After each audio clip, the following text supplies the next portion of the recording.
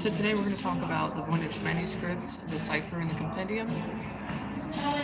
This is the culmination of my research into the Voynich manuscript. You'll still be able to see the pictures and images completely fine, despite the reversal, right? So the text I'll be reading out loud, okay? But I'm going to let you know what it looks like. Just remember, it's backwards. So I do suggest going to Yale University's website and looking up the cipher manuscript, okay? The cipher manuscript. That way you can follow along with me and look at all of the folios or the pages on your own. Sorry. So this is my book, the Voynich manuscript, the cipher and the compendium. Okay. You can find it on Amazon and Ingram Spark. Amazon is faster. Obviously there's Prime shipping, okay? For those of you that don't know, the Voynich manuscript is an early 15th century astrobotanical herbal written in a script. No one knows what language it is. And it's remained that way for over 600 years, okay, since the time it was written. But now you're going to know what it actually says. We're going to know what the content of the manuscript actually entails. Hi, Lita. And so it has a bunch of strange plants drawn in it, lots of star charts, and additionally it has other strange drawings of green liquid and tubes and weird vases, women, men. It's just very strange. But in the back of it there is a zodiac calendar for each month. So please get on your computer if you can, and go to Yale University's website. Look up the cipher manuscript. It's what they call it, okay? But it's dubbed the Voynich manuscript, V-O-Y-N-I-C-H. Its manuscript number is MS408.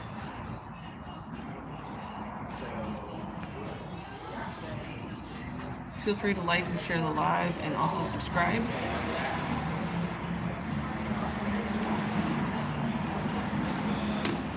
If you have any questions, please feel free to ask.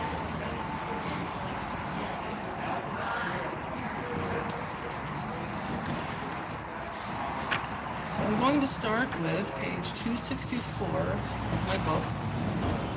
Okay. Before I do that, I'm going to show the script.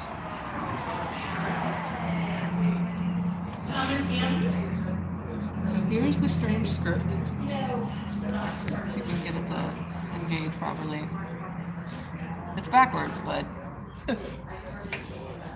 it's very interesting. It's very interesting. On the very last folio, which is a page, right? Hi, Melissa. On the very last folio, okay, folio 116 verso, right? So we've got recto and verso.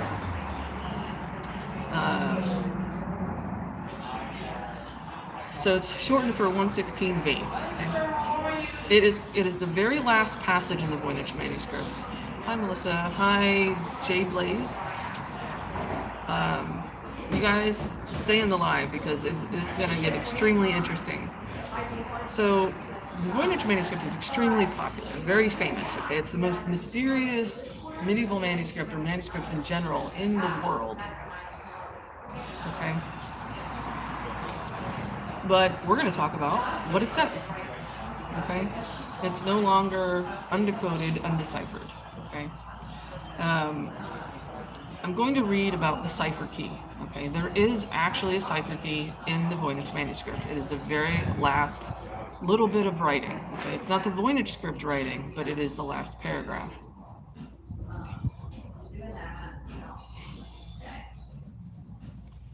Feel free to ask me any questions in the chat. Okay, so I'm going to read it directly from my book, the Voynich manuscript, the cipher, and the compendium. Okay. It says there is a note on the very last folio, folio 116 verso. Okay, that is a mixture of German, the manuscript's unique style of abbreviation, or Voynich script, and medieval Latin. Okay, so he's indicating, right? The author is indicating what languages to look for. Alemannic German, okay, or Swiss German, medieval Latin, and those are attached to the Voynich script within the same paragraph. So this literally is the linguistic cipher. It's not a mathematical one, it's a linguistic one. Okay.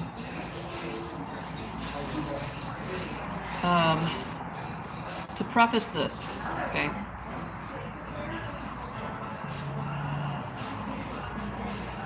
so that means I'm hardcore, right? Badass. I'm like Chuck Norris. Alright, that's funny. That's really funny. Okay, so to preface this, in medieval Latin rather than classical Latin, there are certain conventions that you use. Okay, for example, H's on the beginning of words are dropped, okay, especially if there's a vowel. For example, the word for garden, okay, hortus, Hortus, the H would be dropped, okay, every single time. Additionally, if you do see an H in a word, okay, and there's vowels on either end of the H, you would add a C. For example, mihi. Mihi in classical Latin would be mici in medieval Latin. Following? Tracking? Awesome. Alright. The last passage, the interpretation is that there is an A in the first portion of the sentence of the passage. And it's not an A.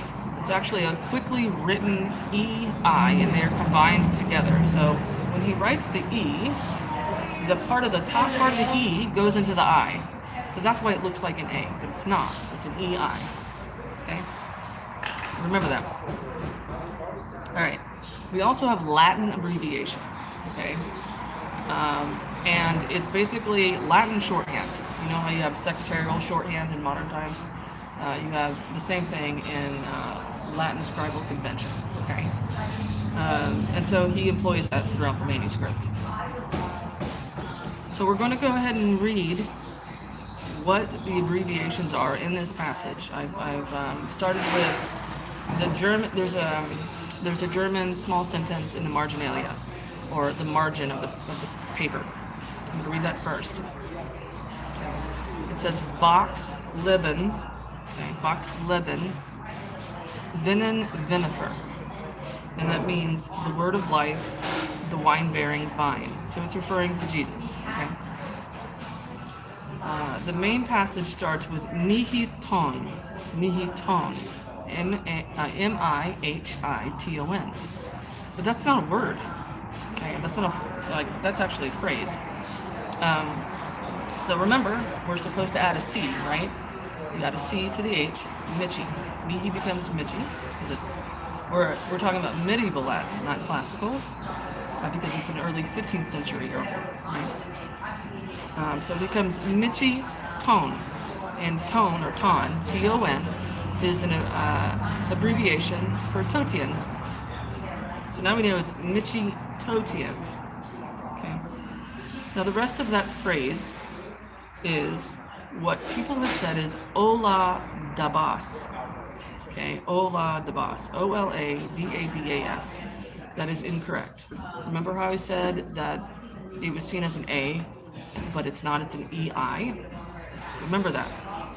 Okay, so now we're going to have, instead of Michiton Ola Dabas, it's Michi Totians Olii Dei Bas. And Bas is its own abbreviation.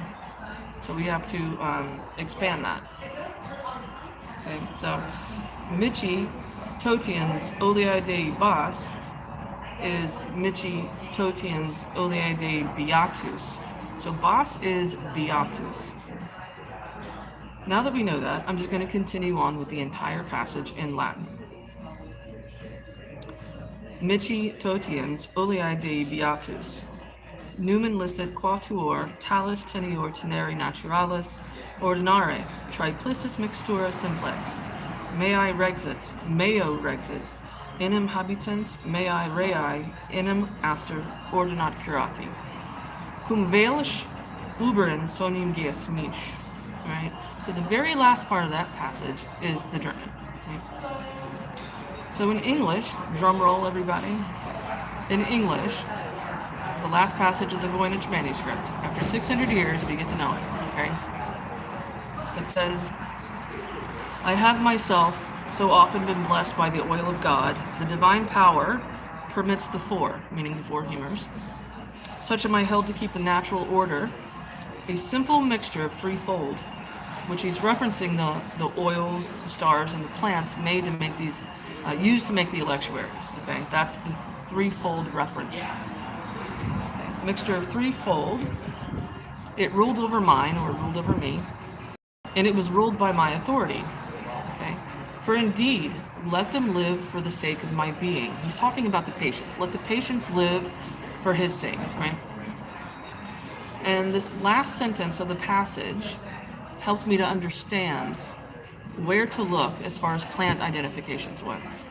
Okay, it says the star determines the cure with strange things from afar. So take my spirit. I'll read it again. The star determines the cure with strange things from afar. So take my spirit. Now, mind you, this manuscript was written by a Swiss-German monk, okay, a European man. So, in a European monk's eyes, what would be strange and from afar? Tropical plants, right? Because the whole book is about plants, right? So it's tropical plants would look strange to him, okay? And tropical plants grow in the Far East. That's from afar, okay?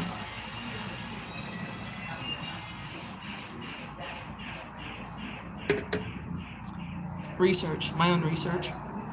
I spent every day on it since October 2023. I dreamt about it. I was studying it so much, so hard every day, every night that I started dreaming about it. I use that to my advantage. I'm aware of how the brain processes information, and so I use the whole phrase "sleep on it." There's a reason why that is a thing, right? Because it does work. Thank you. Clemens Specker. And he has direct ties to the ancestral seat of the Swiss Habsburgs. People earnestly believe that the Habsburgs were Austrian. They're not. They're Swiss. And he worked directly at the Königswald Abbey in the Canton Argau, Switzerland, that was built by the Habsburgs.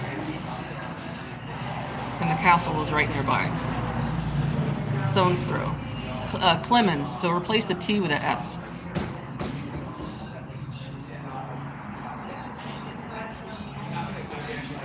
And, yeah. So all of that about the history and the authorship is also included in my book, the Voynich Manuscript, the Cipher, and the Compendium. Oh, you can read my book. It's called the Voynich Manuscript, the Cipher, and the Compendium. You can find it on Amazon.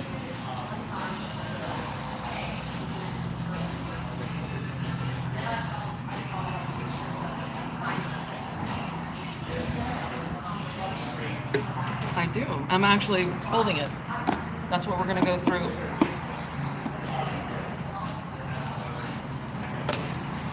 It's the size of a textbook. This is the first edition. I do have the second edition out. So you'll see the second edition. It's got much more information in it. And I'm about to come out with a third. So awesome. Thank you. So it's the size of a textbook. Just warning you. Alright, so thank you for hanging out. I'll see you later, Daryl. Excuse me. Okay, so where were we? So this cipher key passage, it's a dead ringer, right, for the Far East. And at that point, at the point of me translating the last passage, I had already identified 3 different plants. Okay, so this solidified my idea here. Identified star anise first, Pleione orchid, and then Chinese muso, the Chinese banana plant. So all 3 of those come from the Far East. Mind you, the star anise wasn't introduced to Europe, at least the edge of Europe, until the Turks, right? And also Thomas Cavendish, the famous explorer. He didn't bring it back until I think the late 1700s, maybe the late 1600s, but around that time frame. So that was a huge indicator that the author of the Voynich manuscript had traveled there.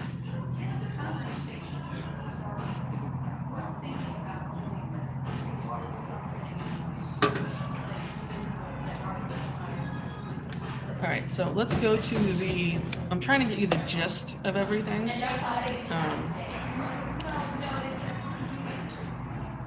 Because it's going to get pretty interesting very quickly.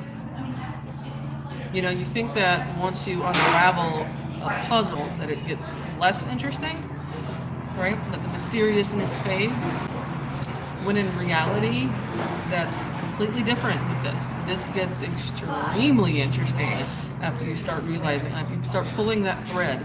It really is a rabbit hole.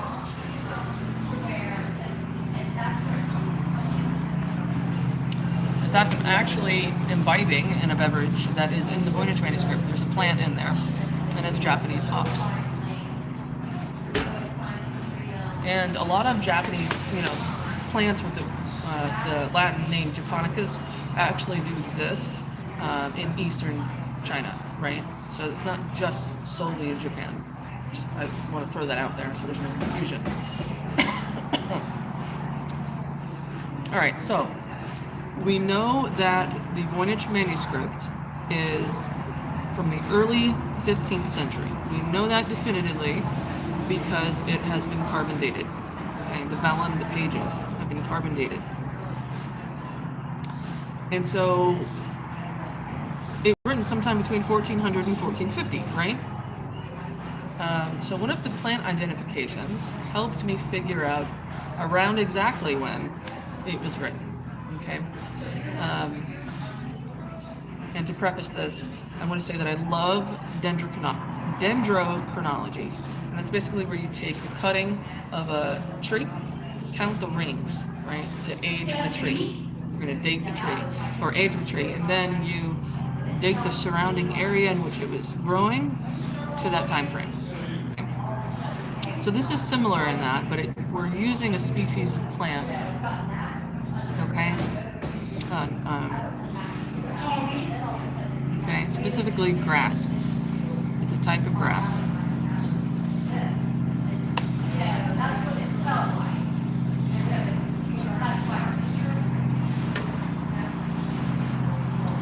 So everybody tracking with me? I think I have one person in here. Stay strong. Stay strong. Feel free to like and share the live. That really helps me out. Also, if you want to donate, you can donate to the cause. I have both Venmo at Cliff Publishing, and I also have PayPal, founder at cliffpublishing.com.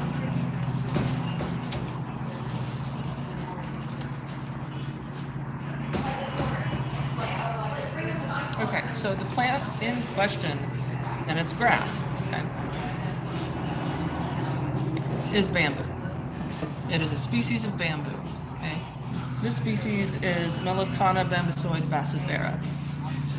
And what's neat about bamboo, and I didn't know this until researching, is that bamboo flowers on the dot every certain amount of years. And this species, this one, flowers every 48 years. Thank God it's a smaller version.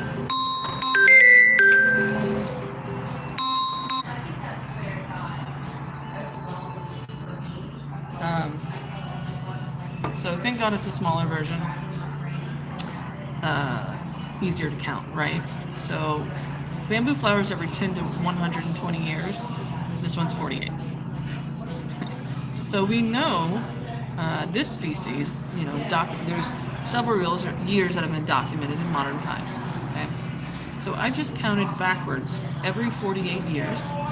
Okay, from a known flowering point, all the way between 1400 and 1450, and that only occurred one time, 1423. So we now know that the Voynich manuscript was written in 1423. Here is the species of bamboo. Okay, originally thought to be by some to be a fan palm of some sort. But if you look at the sprout right there at the bottom, that is an exact copy of a bamboo sprout. the species particularly. Okay, so obviously it's flowering, right? I'll show you again. It's flowering. So he had the, able to see a special moment in time that no other could see, right? A rare moment. And that's how I know that he was there in 1423. In Yunnan, China. This is a species that grows in Yunnan. In fact, 80% of the plants in the Voynich manuscript are from Yunnan. I might be pronouncing it wrong, but... So he spent a great deal of time in and around Dali, Yunnan, China. And this is important. The kingdom of Dali, right, extended far beyond just Dali. And the kingdom of Dali was a Tibetan Buddhist kingdom, even before that, around the 1200s. So many people, the Bai people of Bai, right, of Dali, practiced Tibetan Buddhism.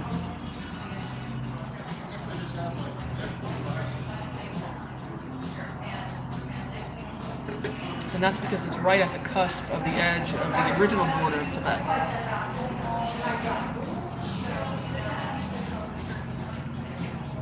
Okay, so now we know the time in which the Voynich manuscript was written. At least that was a midway point. Okay, the other part here, and this is mind-blowing and groundbreaking in its own right, which is what I'm about to discuss. But I want to preface it with something equally important, okay? And that is all of the places in which the author of the Voynich manuscript traveled to, okay? Who I believe is Clemens Specker. So I'm going to say Specker or Clemens here and there. So Specker traveled all the way across, like, he went from Switzerland through Venice, Italy, down the coast of Croatia, Greece, Cyprus, through the Middle East, okay? So he went through Persia, and then began his journeys again through the Himalayan arc, starting around the Hindu Kush region, okay? Traveled the Himalayan arc all the way to Dali, Yunnan, China. He spent a lot of time there, but that wasn't the only place he went.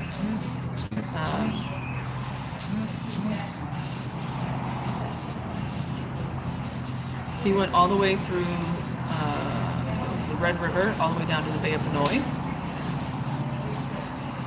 And then he went down to Sumatra, Borneo, Java, the Banda Islands, or what they call the Spice Islands. Okay, that's where clove is, and nutmeg. And possibly Papua New Guinea. He also went to India, all the entire subcontinent of India. And then on his way home, he stopped in East Africa, in Ethiopia, Somaliland, before heading home. So you can track all of these by the type of plants you see, and you can also track the season in which he was there, by the color that he's using for the leaves, whether the leaves are flowering, just opening, all the way open, whether or not he's depicting that the leaves are dying, right? Changing color. So you see all of these, and you can kind of track the season as well. Now that we know that the Voynich manuscript was written in 1423, we can look at his travel routes during that time frame, but then you begin to realize there's only one other person in documented history that traveled those same places at that exact time. Okay, and that person is Niccolo da Conti, a famous Venetian explorer from Venice, Italy. He would have passed through there. And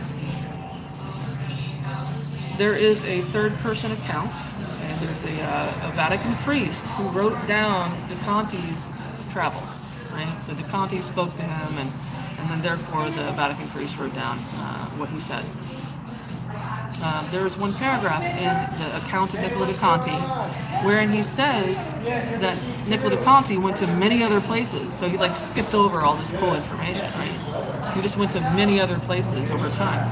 And so a lot of scholars think that maybe he went to Papua New Guinea, he might have gone to Japan, and he might have gone to Australia, okay? Because Niccolo da Conti was the only one between 1419 and 1444 to travel to all these specific places. Okay, I believe that the author of the Voynich manuscript was traveling with him. It would make sense that Niccolo da Conti was not entirely by himself. In fact, one of the passages indicate that he had at least sailors with him, right? Of course, who is piloting the ship, right? Being a Christian man, he would want to have a priest. Okay, and priests were always the doctors as well, right? And so he would have been able to catalog all the plants for him on his behalf. So it seems that the information indicates that the author of the Voynich manuscript, who I believe is Clement Specker, was indeed traveling with Niccolo da Conti. Okay, now leading up to the plant I'm about to show you.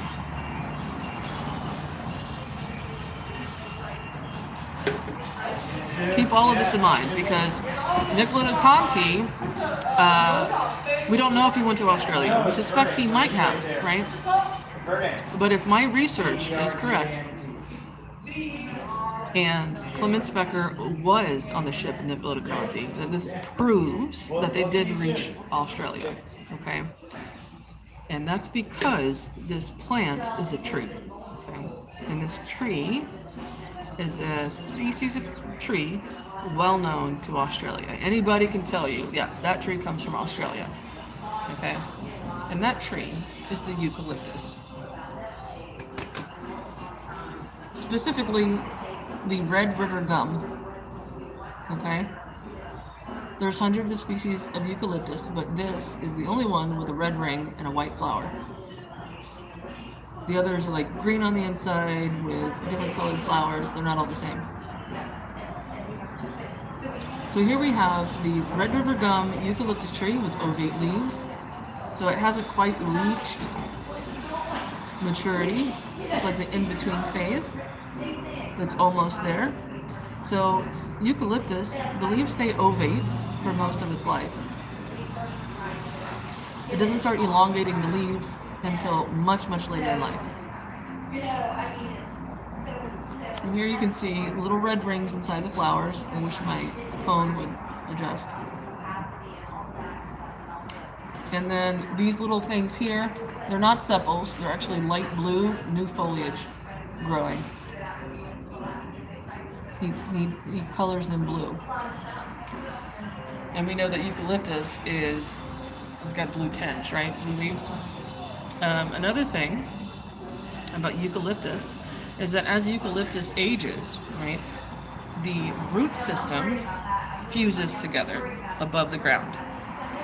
And that fusion creates a table-like flat surface in which you can still see notches, right? You can still see the notches, but the roots become flat. And it's so cool looking. I think there's at least one image of one you can find on Google. And here he's depicting that very thing. The fusion of the eucalyptus tree roots. And he actually is showing a notch right there. And this is on folio 27 verso, or 27V. And again, go on Yale University's website, look up the cipher manuscript. You can see all of the folios and their numbers. And you can flip through at your leisure, stay on whatever page you want to. And they're high definition, so you can zoom in really well.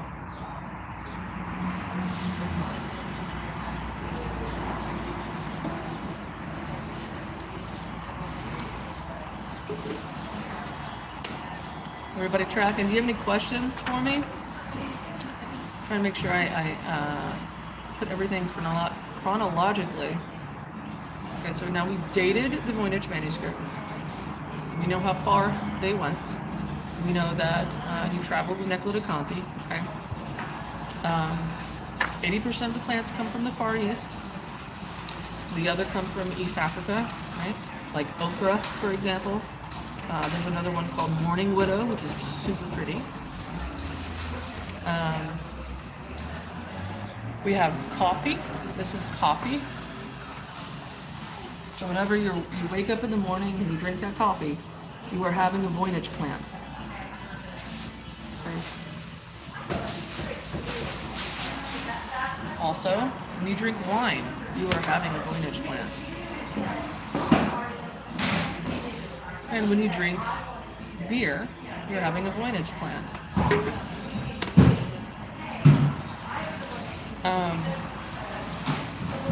There's also the Bodhi tree. I'm like, wait a minute. Yes, the Bodhi tree of Buddhism. This is also a fig. Okay, we got two figs. I'll show you the typical fig, right? This is a fig tree. This is actually how fig trees are drawn in other manuscripts during the medieval period. They look just like this, with the figs on the tips. It's really weird looking. But that is a normal way of drawing fig trees in medieval manuscripts. Now, here is the Bodhi tree right next to it. Okay, so the little seeds inside fig trees are called syconium. And here the syconium he's drawn flowing out of the flower. Here's the drop tip leaves of the Bodhi tree. Okay? And of course this tree is sacred in Buddhism because Sakyamuni Buddha, or Gautama Buddha, the original Buddha, obtained enlightenment under the Bodhi tree. So that's called Ficus religiosa.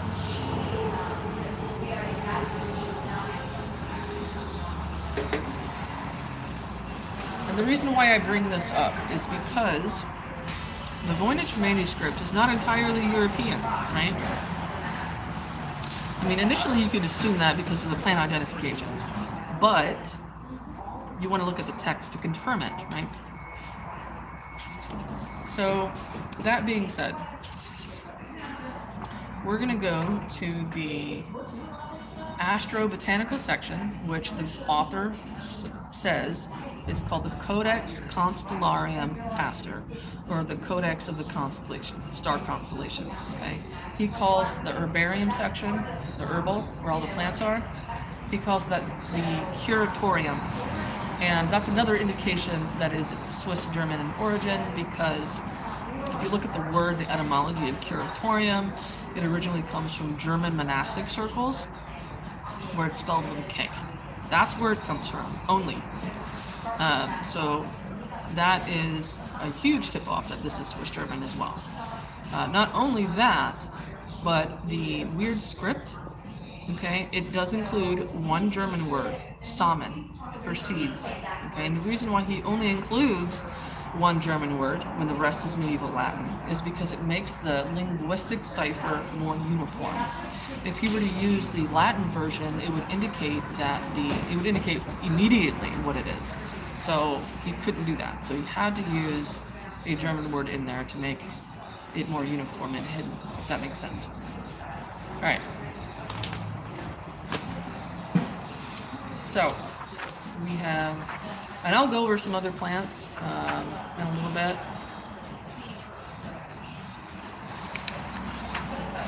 If you have any questions, feel free to ask me in the chat box. I'm happy with questions. I love questions.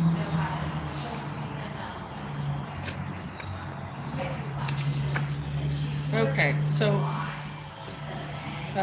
and I'll read some translations, but I want to go over the basics first. I was interested because the text, when you first glance at the script, it looks like it's all the same words, right? It just looks like the same over and over again. In fact, there are some passages where it's literally the same word. He repeats it like 3 or 4 times. But the reason for that, okay. One of the first things I looked at in the Codex Constellarium Aster, right, in the back, is the grouping of 7 stars, right? We automatically know, oh, that's the Pleiades, that's the 7 sisters, right? So I immediately turn to the text right next to it. Like, it's got to be a label, hopefully. And unfortunately, this is going to be backwards, so read it backwards. What has been interpreted as a D is actually an S. And if you look at other medieval manuscripts during that time period, S's and D's did look the same. But once you start looking at both of them, you can start seeing the difference. Okay? So here we have the 7 sisters. Remember, this is backwards because of YouTube. So start here. That's an S. That's an O. So S-O means soror. Soror, sister. Okay. This is A, R with the backwards flourish, and then O. Okay. So it means, oh, sorry, a 9. I apologize. This is not an O. This is a 9. So that means, so it could either mean soror astris or soror astrologicos. Initially, I thought it meant astris, but I do believe now, after continuing my research, that it means astrologicos, the sister of the astrologicos. And there's a reason for that.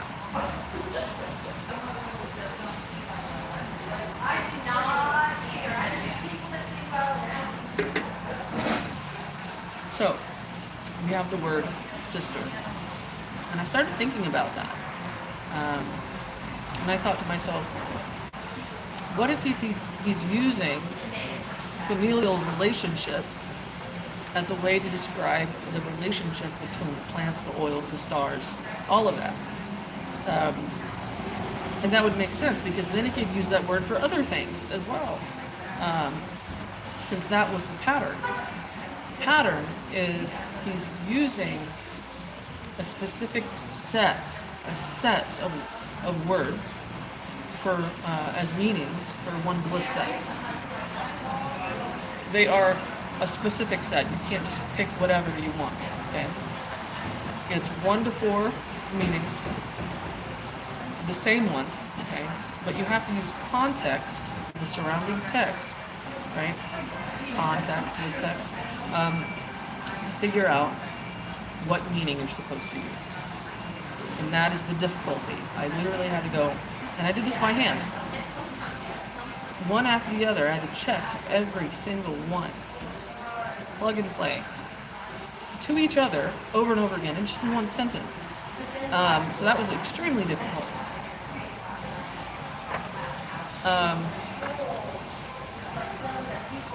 If you have any questions, feel free to ask me. In just a second, I'm going to take a 2-minute break.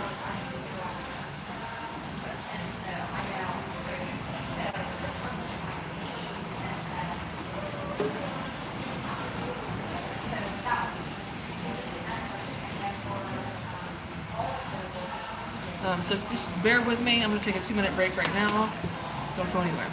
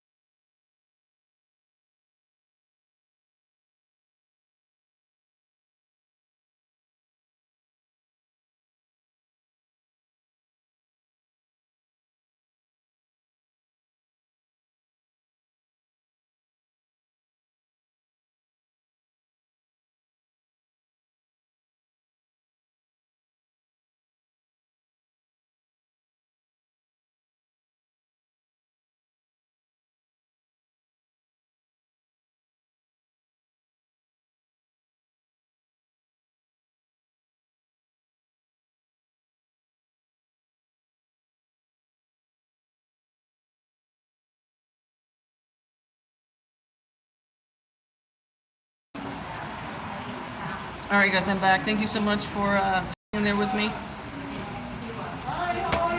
Okay, so now we know that he's using the term soror to mean the relationship of parts. And I'm going to show you here, there's a book called The Lexicon Abbreviaturarum by Capelli. Okay? And this book is a well-known book in paleography. And paleography is the study of how medieval scribes wrote. Right? So in Capelli's Lexicon Abbreviaturarum, on Latin abbreviations, right? You have soror and then sororum. Okay. Again, remember this is backwards because of YouTube, so just bear with me on that. Okay. So that's an S and an O. Just read it backwards for soror. And then an S and an O and a rum symbol. An R with a cross descender. Rum. Sororum. Yeah. So I knew to start looking for soror and then another word after that to represent the sister of the plant, the sister of the oil, or the sister of the star. So that's how he's indicating the pairing of the items, right? And so he's using enim, E-N-I-M, to represent because or being, right? It's not just truly or indeed. It also has the meaning of because or being, right? So he uses soror enim and then inserts the associated object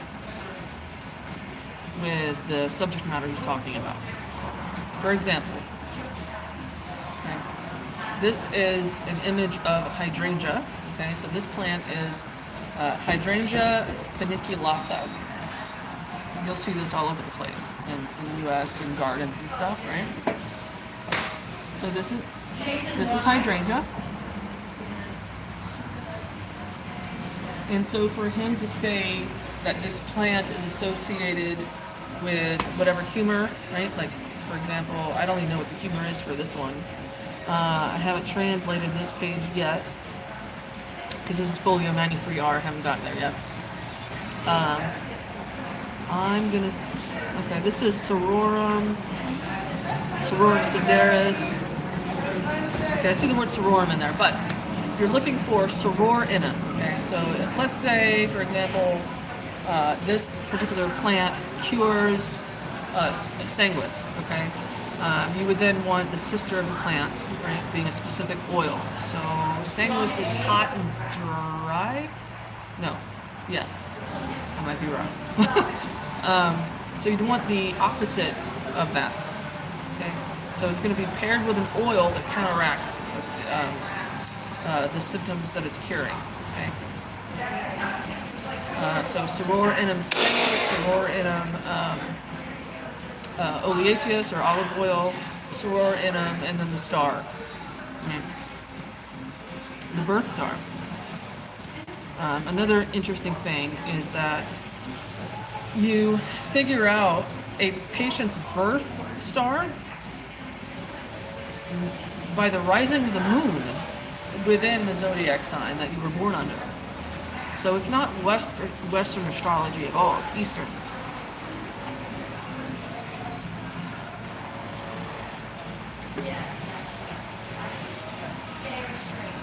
Okay. Again, if you can, follow along on Yale University's website.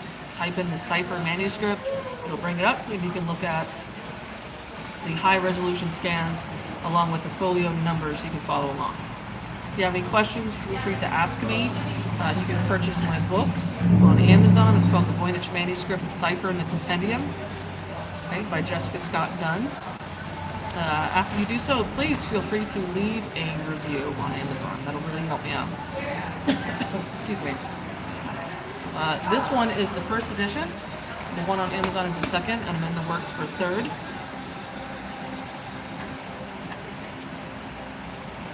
So all of these plants come from Asia. Okay? He's using sisterhood, familial relationship to describe the relationship of the parts, right? So it makes the cipher easier because now it looks redundant, right? Even more so.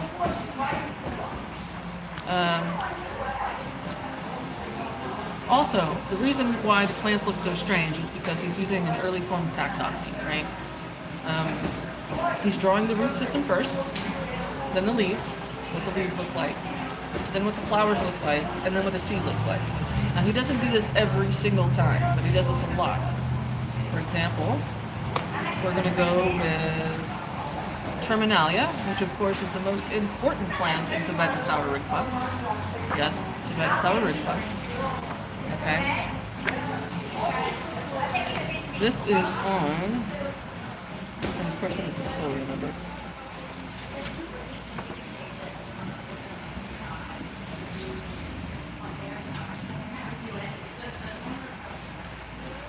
Here, I'll just show you this tiny little image.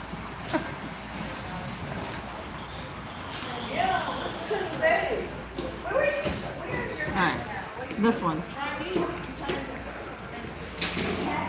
As you can see, he sections everything off by that. Roots, trunk, leaves, flowers, seeds.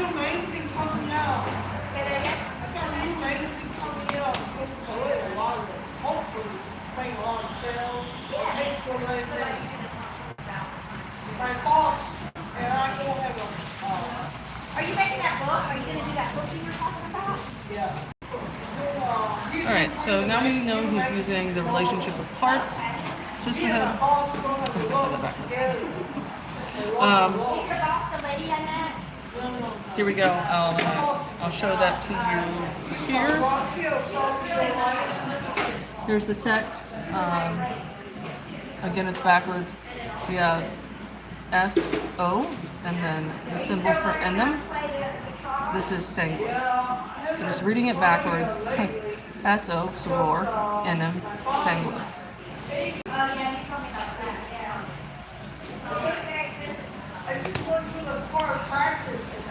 And that one is on folio 9 verso, folio 9V, so you're more than welcome to look at that. Just look close to the leaf and you'll see it.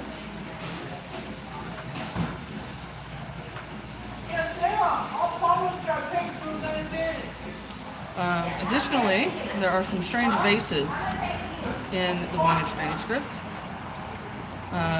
but I've identified those as two different types of pottery. Okay? Well, one is pottery, and the other one is metal vase. Okay? The first one, I know that Lisa Fagan Davis interpreted them to be baskets, but they're not baskets. It's actually Gujarat pottery. So pottery from Gujarat, India. Okay, you're more than welcome to look at the designs of Gujarat pottery. It's a really ancient form of pottery.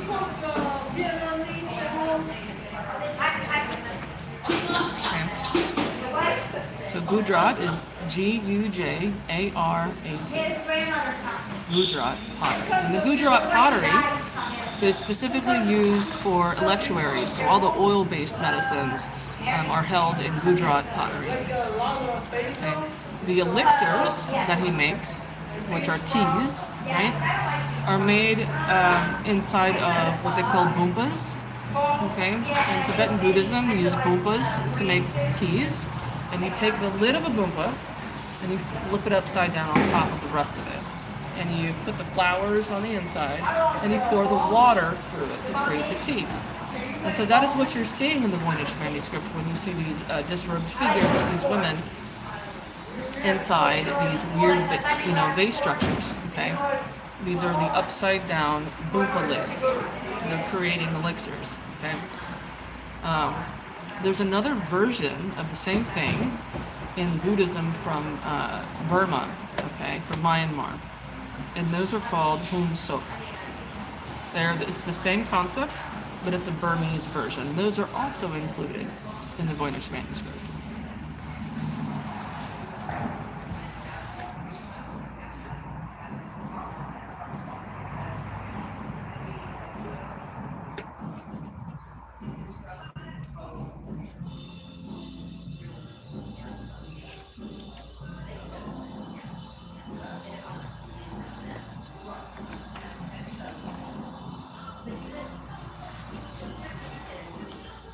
So we know that there are strange figures of okay.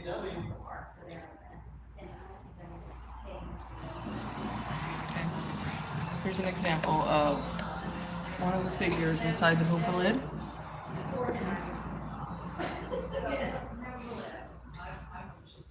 She's actually holding a conch shell. She's blowing on it to make noise, but also scooping up the tea with it. And the boompa lid is inverted.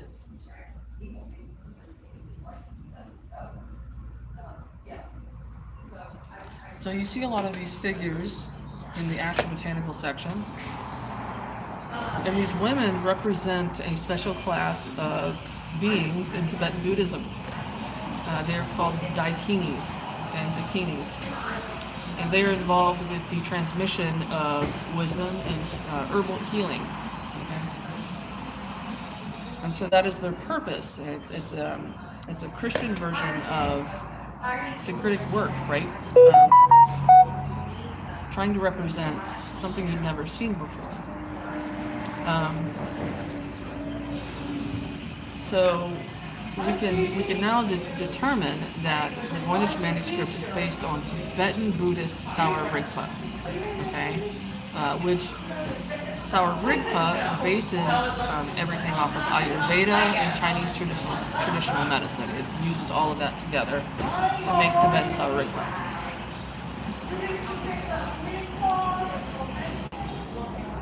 But if you continue translating the actual text of the Voynich manuscript, you realize it's not just about herbalism. It's not just about treating a patient and their illness. It's not. There's two different types of pagination, okay, page numbers in the Voynich manuscript. There are the typical ones that you see in the upper right corner, right? It tells you whether or not it's 55 verso or recto, 56 verso or recto, so on and so forth. But in the bottom right-hand corner, there's pagination, okay, and that's ordinal pagination. Okay, so it's a pagination of process. So every 14 to 16 pages is an ordinal number. Okay, it goes by primus, secundus, tertius, okay, quartus, so on and so forth, all the way up to 20. So it tells you the step in the process of where you're looking. And what's even more interesting is that the text itself, okay, when you look at the herbal section, it is not about the particular plant. It might say one or two things about the plant, but that's it, if any. What the text actually is about is a path to enlightenment, what he calls suchness. Okay? He uses the word talus, and he uses two different versions of the word talus when he's writing it to represent saying thus, right, versus suchness, so that you're aware of the two differences. Okay, so this manuscript is about the Tibetan Buddhist idea of suchness, which is the true reality, okay, of oneness and liberation, okay? And that is the actual purpose of the Voynich manuscript. Furthermore, okay, the name of... Thank you.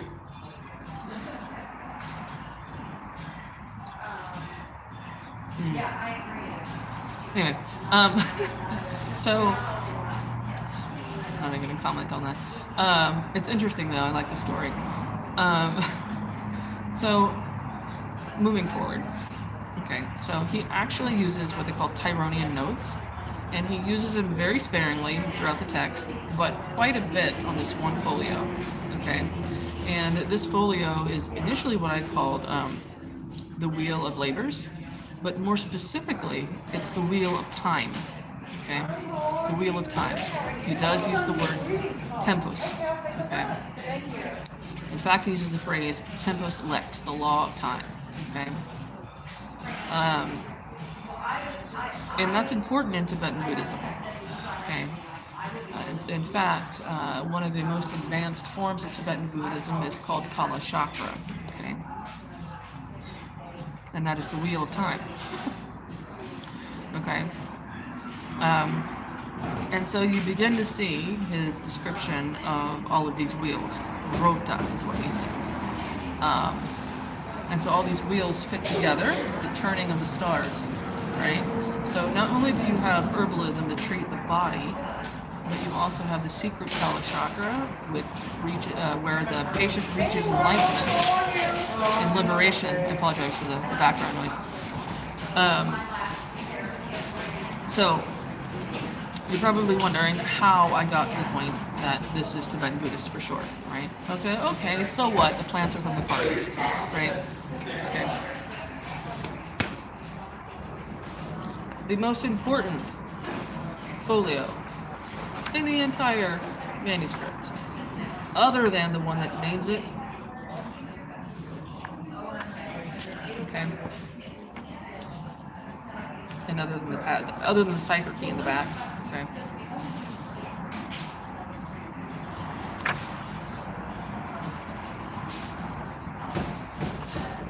Where is it? Is this one with little blue windows, okay? Little blue windows. It's the only one with little blue windows. Alright. If you go to my book, the Voynich Manuscript, the Cipher and the Compendium, it's on page 250 and 251. Okay. The folio in question is folio 78 verso, or 78V. Okay. Here you have the disrobed figures, right, the women, in some sort of green liquid, which I determined to be olive oil, okay? It's a giant vat of olive oil, which they are trying to make. Okay. Here you have these blue windows. There's 7 of them, and that's also very important. Remember the number 7. If you look very closely, and again, go on Yale University's website, look up the Cipher manuscript on their website, and you'll be able to see the high-resolution scans of the Voynich manuscript. You go to folio 78V on your own, and zoom in as much as you want to, okay? In fact, I encourage this, because you'll see circles drawn inside each window, right, each blue window. And if you take a really close look at the 7th window, you'll see a figure, okay? It's a seated figure. You can obviously see this without any kind of manipulation at all.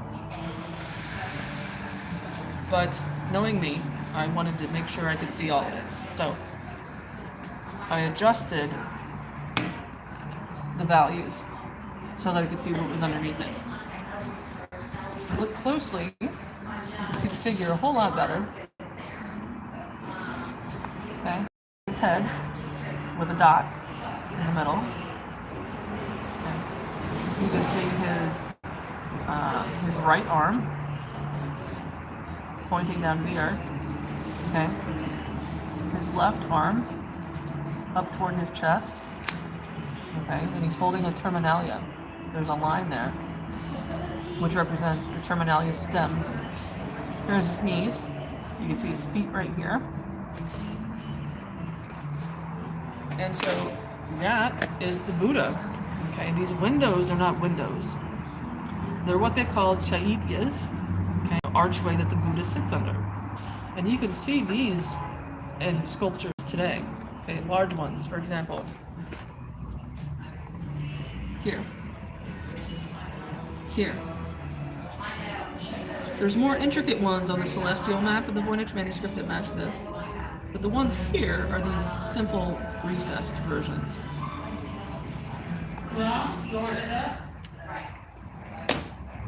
So these blue windows are not blue windows, they're chaityas where the Buddha sits. Okay. But why are the chaityas blue? Right? It's because this Buddha is not the original Gautama Buddha, it's not the Shakyamuni Buddha, it is the medicine Buddha of Tibetan Buddhism. Okay? The medicine Buddha of Tibetan Buddhism is called King of Lapis Lazuli Light. And so the blue is Lapis Lazuli. He's radiating Lapis Lazuli light. second.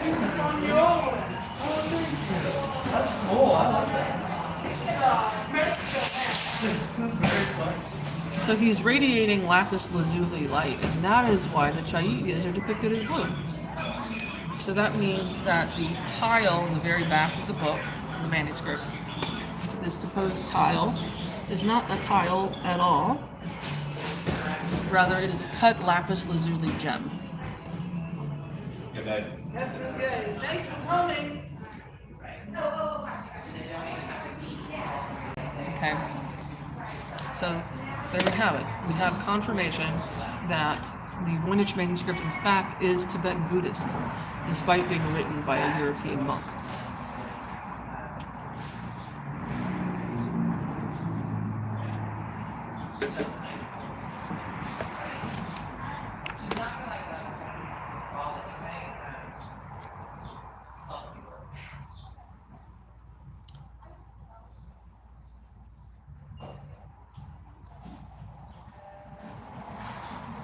Okay, so let's go ahead and get to the translations.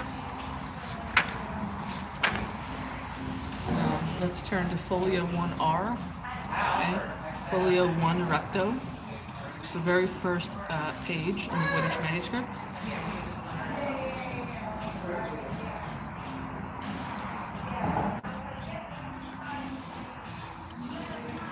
Okay, I'm not going to read the Latin. The Latin is in my book. I'm not gonna bore you with that. So I'm gonna read the English directly. Okay. So it's after over 600 years of attempting to decipher MS 408 of the Voynich manuscript, we will finally be able to understand its contents. And with much abated breath, this is the translation of the Voynich manuscript. Folio 1R reads, solely through the Codex Constellarium Aster, the curatorium constructed at dawn, let the correct hours be chosen. Indeed, those of the flowering curatorium, also the hours of the herbal. The calendar page's hours are also those which work to heal, moreover the electuaries. The holy electuaries and the rest, also the arranged earthly flowers, are determined from a greater electuary healing, since the electuary is indeed from the morning star, from the dawn star, the sun. Not Venus. I originally put Venus, but that doesn't make sense anymore. So it's the rising of the sun at dawn. Furthermore, only the olive tree, okay, and because these oleated electuary seeds arise in the garden, okay, be appropriate, please. Okay. And because these oleated electuary seeds arise in the garden in the same manner, yet with greater healing, the electuary is heavenly and very potent when you turn towards the stars.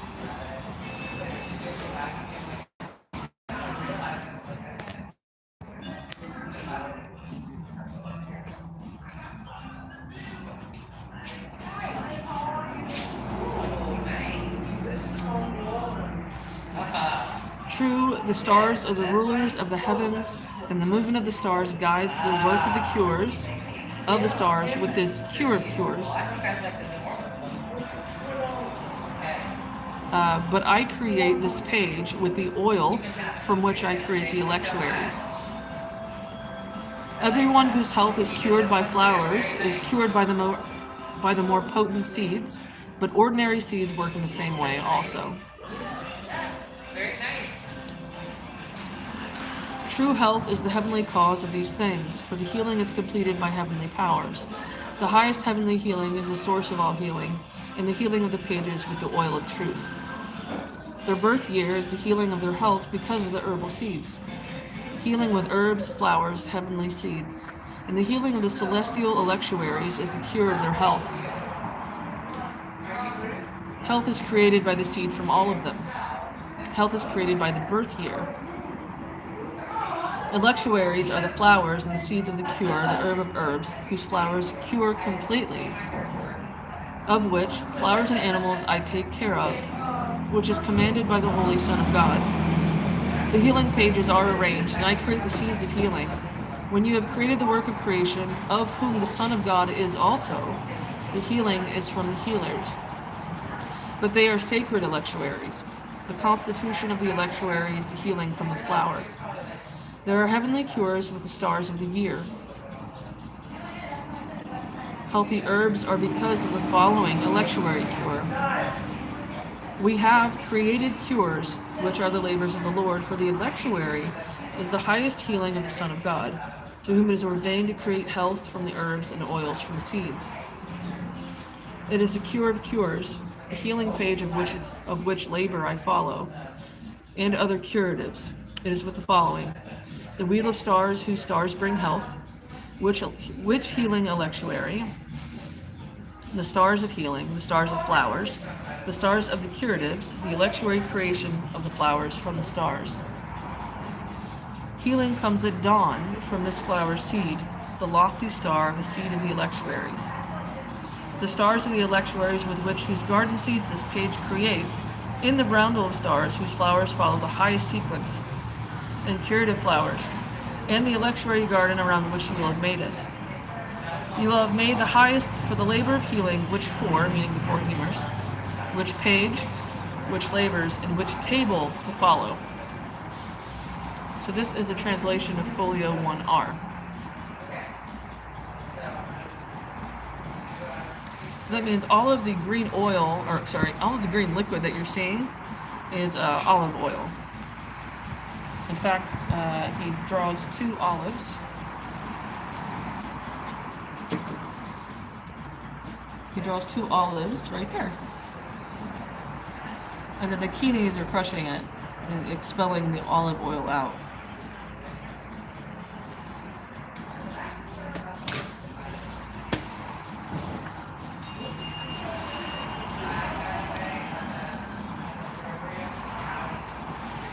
And here is also the 5 Tibetan Buddhist forms of elements. Okay, he uses the words elementas and elementum quite a bit. So here we have a stem of a plant expelling the 5 elements: fire, earth, water, air, and space.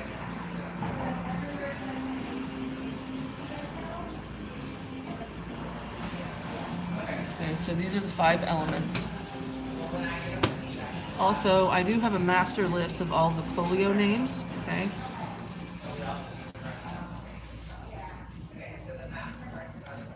You can look that up on academia.edu. For example, there's the folio opus, okay, the folio of stages, right? Because this manuscript is pretty much like further commentary on the 5 stages in Tibetan Buddhism.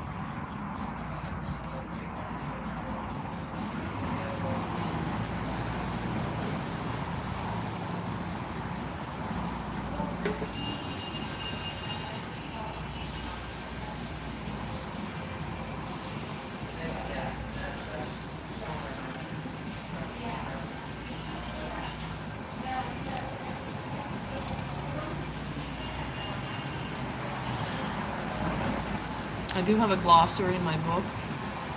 I will be updating a lot of things in the 3rd version, the 3rd edition.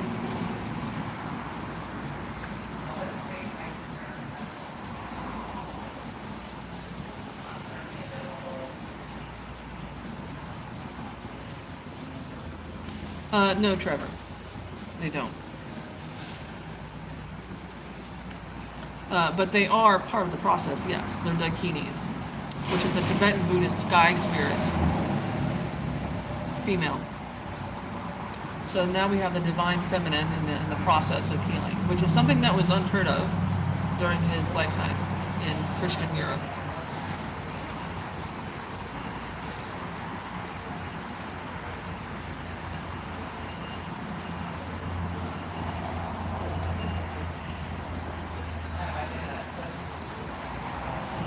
So basically, this is a syncretic work. He is trying to understand a foreign concept through the lens of Christianity. Although he's documenting the foreign aspects visually.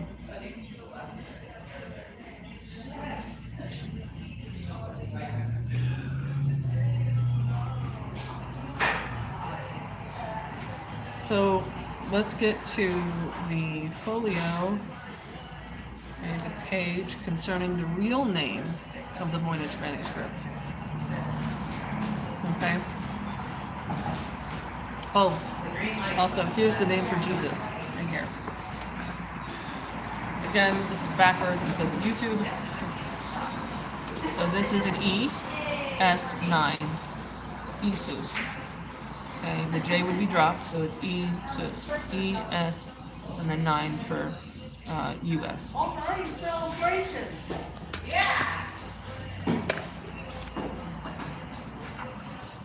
So let's go look at the Wheel of Time.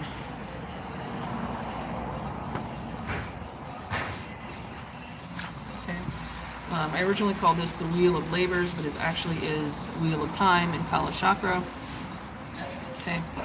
I'll read the passage, but let me show you what it looks like.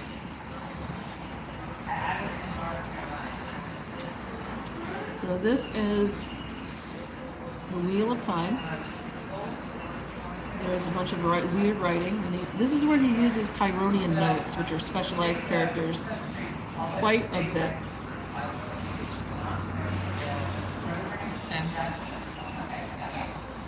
And this is what the passage says in Latin. Okay. The seven, which are with the same celestial wheel, indeed the seven being the birth star's essence. Indeed this they are, the celestial sphere's elixir, whose essence is as that of the elixirs in the celestial sphere, indeed the roundel or the orbit. They are this elixir. From that this indeed they will be. They are the star's cures. And being the star, they are the highest construction always. The highest essence being the surrounding oil, they are the cure. Also the humor page being the permitted oil for whom it belongs, which indeed the sun at dawn of the highest star constellations reveals, due to the seven being from whose birth date is the star of stars. The star page's birth humor. The birth humors they are this. As the cure will be of the humor, also of these writings, this curative page being the cause or the reason.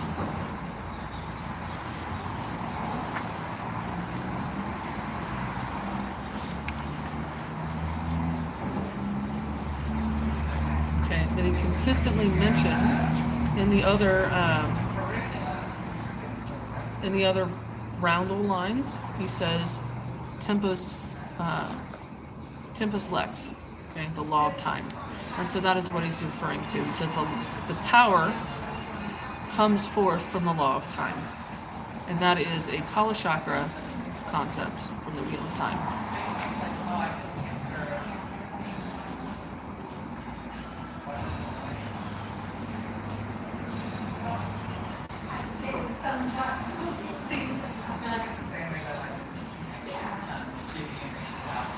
So there's a lot of information in my book, okay? The Voynich Manuscript, the Cipher and the Compendium. You can buy it on Amazon or Ingram Spark. It is the second edition, which has a lot more than this one that I'm reading from, okay?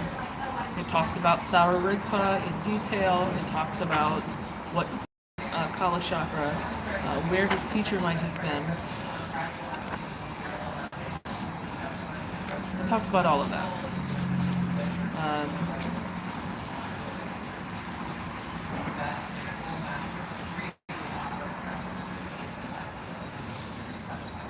If there's any questions, please put it in the chat box.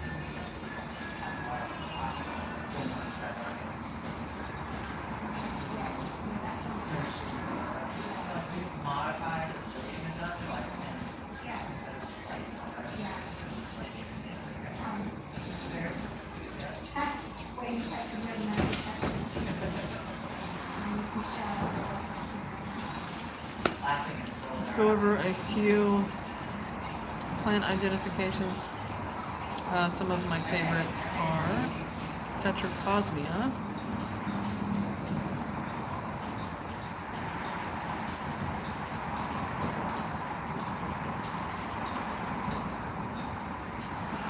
The front cover of my book is actually red castor bean. There's this one right here.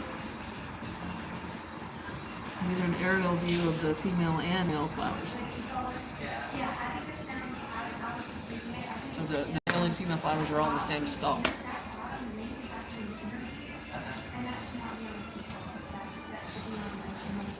This is another favorite of mine, Ceropagia. Okay, it's called the parachute flower or the lantern flower. There's actually some new ones found recently in Yunnan as well. Here is Ceropagia, and all of this matches up with Ceropagia. You're more than welcome to look up Ceropagia.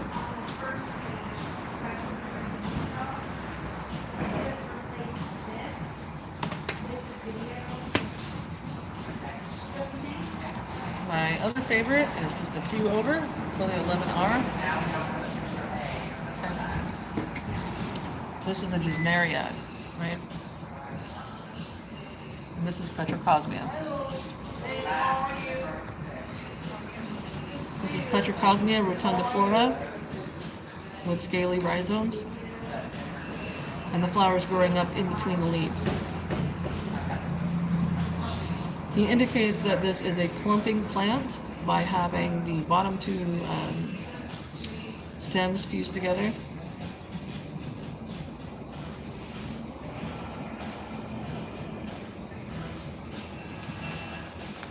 And that is Petrocosmia rotundiflora from Gesneriad genus. I'm sorry, from the Gesneriad family, genus Petrocosmia.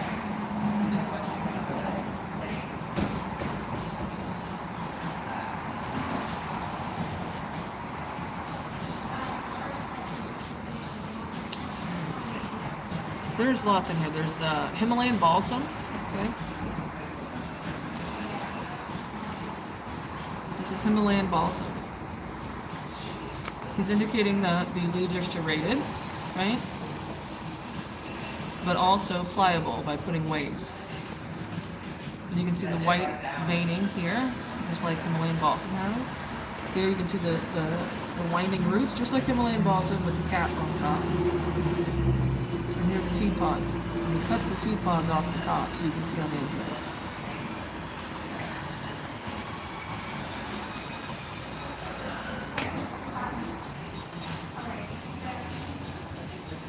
Another problem with identification is that he uses 2D aerial view a lot. And he also cuts off the top of the flowers a lot. Or the fruit.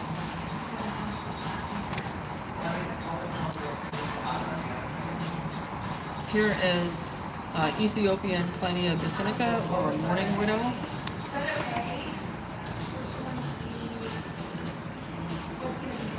Which uses a bluish hue green and a blue on the sepals.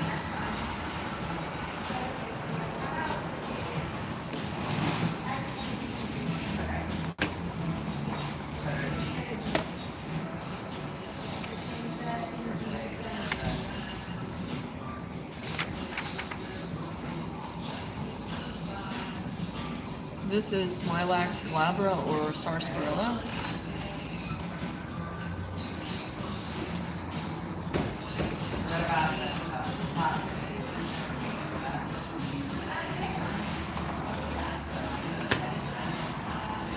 This is Chinese melonberry tree.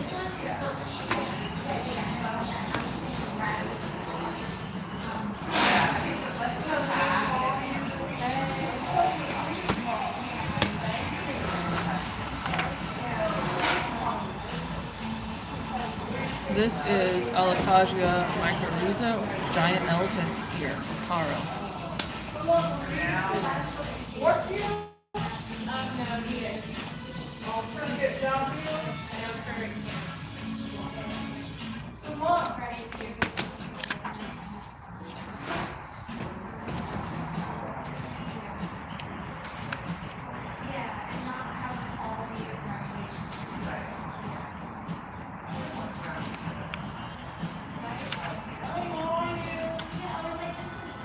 This is stinging nettle, or Urtica dioica.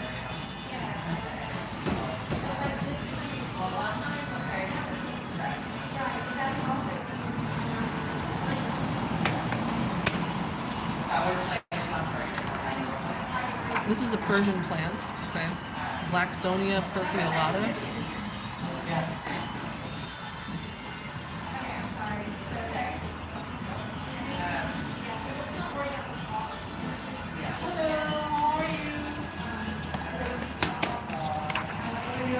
Here we have Japanese hops.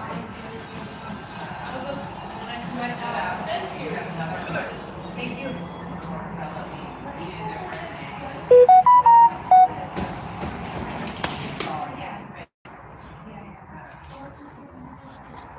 This is clove tree. Dustin's order's ready, Dustin. Okay.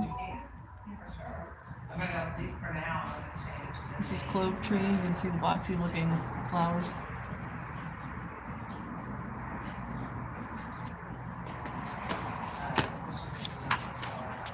This is okra. I love okra. From East Africa.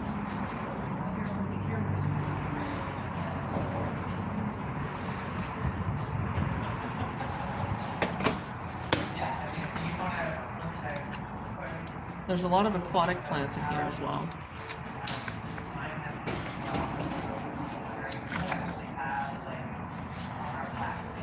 This is star anise right here.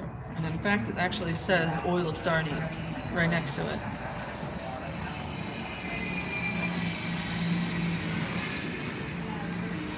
So right next to it says oil of star anise. And then Aquarius. So Aquarius is associated with star anise oil. This is wongbok cabbage.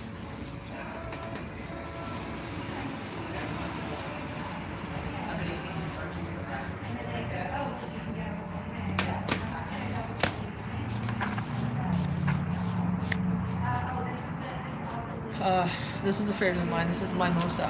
I see it all the time where I'm at. This is the sapling stage of mimosa.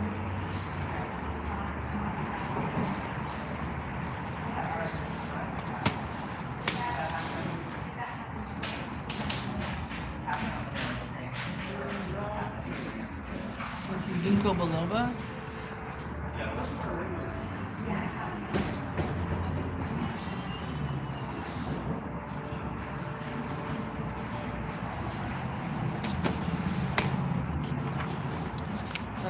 This is one of my favorites. It's potamogeton. Okay, it's a floating aquatic plant. Okay, so what looks like roots, they're not roots. They're the dying leaves floating on the dying surface. Where are we going here? So that's potamogeton.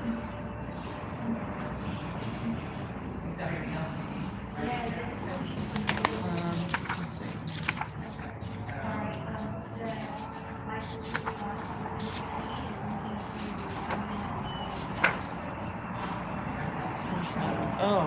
There's a mango tree in here. I used to live in Panama, so I know what they look like before they start flowering. And they have these weird green tendril-looking, tentacle-looking things, okay? Where the flower would be, right before it does flower, okay? So those are called pinnacles, okay? And here's the mango tree with the pinnacles coming out. And he's depicting the seed. So he always depicts the seeds either as dots, right, small seeds, or the larger ones are either deep blue or brown. So those are 3 ways in which he depicts seeds.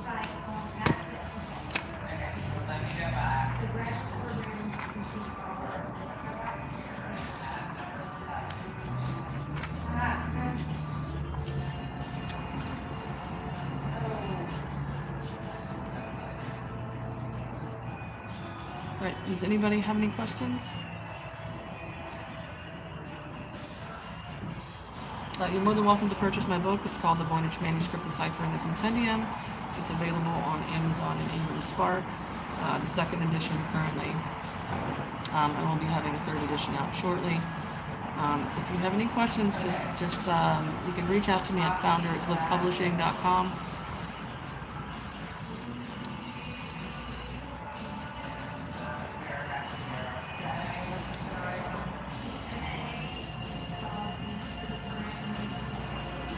You can also read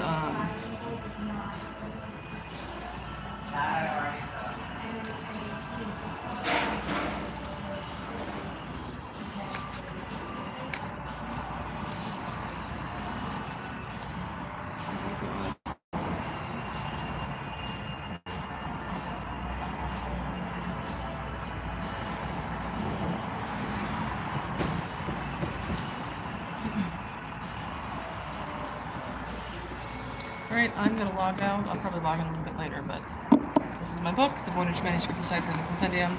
You can purchase it on Amazon or Ingram Spark. Amazon is faster because you can get prime shipping. So, alright, thank you for your time, and I look forward to talking to you guys again.